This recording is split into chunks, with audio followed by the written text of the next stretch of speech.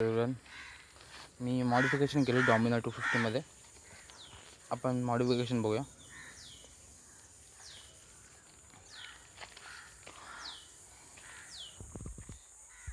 First modification सर्वात माझं आवडतं कार्बन रेसिंग विंडशील्ड. ही विंडशील्ड आहे. त्यानंतर हे फेंडर. त्या फेंडरने लुक जो येतो गाडीला जबरदस्त, हा फेंडर आहे. नंतर त्यावरती स्टिचिंग केले जो ह्याला मॅच होईल त्या कलरला, त्यामुळे तो थोडाफार मॅच होतो आहे. फेंडर ते स्टिचिंग केलं हे बघा. त्यानंतर केलं आहे KTMचं हँडगार्ड. हे आपले जे हँडगार्ड्स आहेत जे लावलेत हे KTMचे आहेत दोन्ही.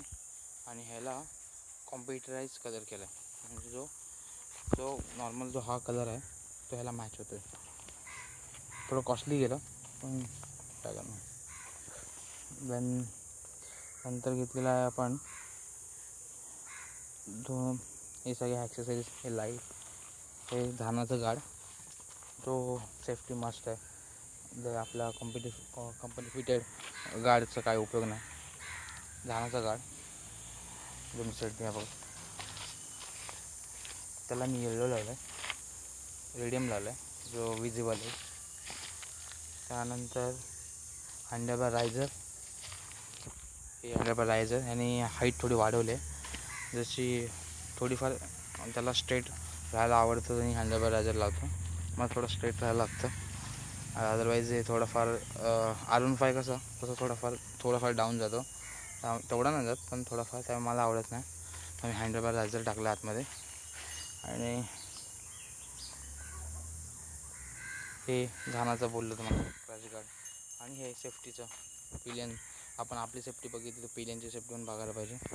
मी पिलियनचं हे घेतलं, पिलियनचं ते लावलं.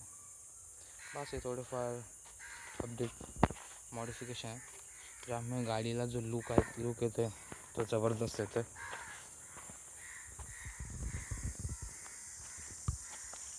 आणि हे लाईट्स लावले आहेत, हजार्ड लाईट्स. ह्या लाईट्स लावल्या आहेत ज्या विजिबल आहेत.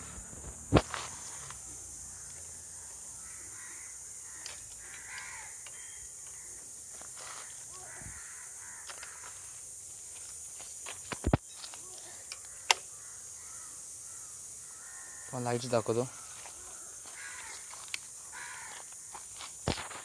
दोन आहेत, एक येल्लो आहे त्याचं थ्रोबॅक, आणि दुसरी व्हाईट आहे, त्यातच आहे. हे लाईट्स लावले.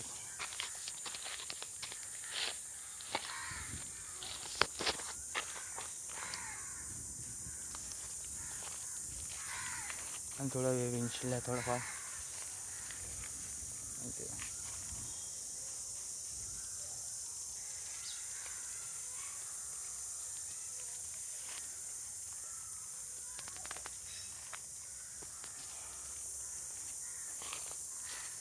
कसं वाटलं सांगा मॉडिफिकेशन डॉमिनर 250.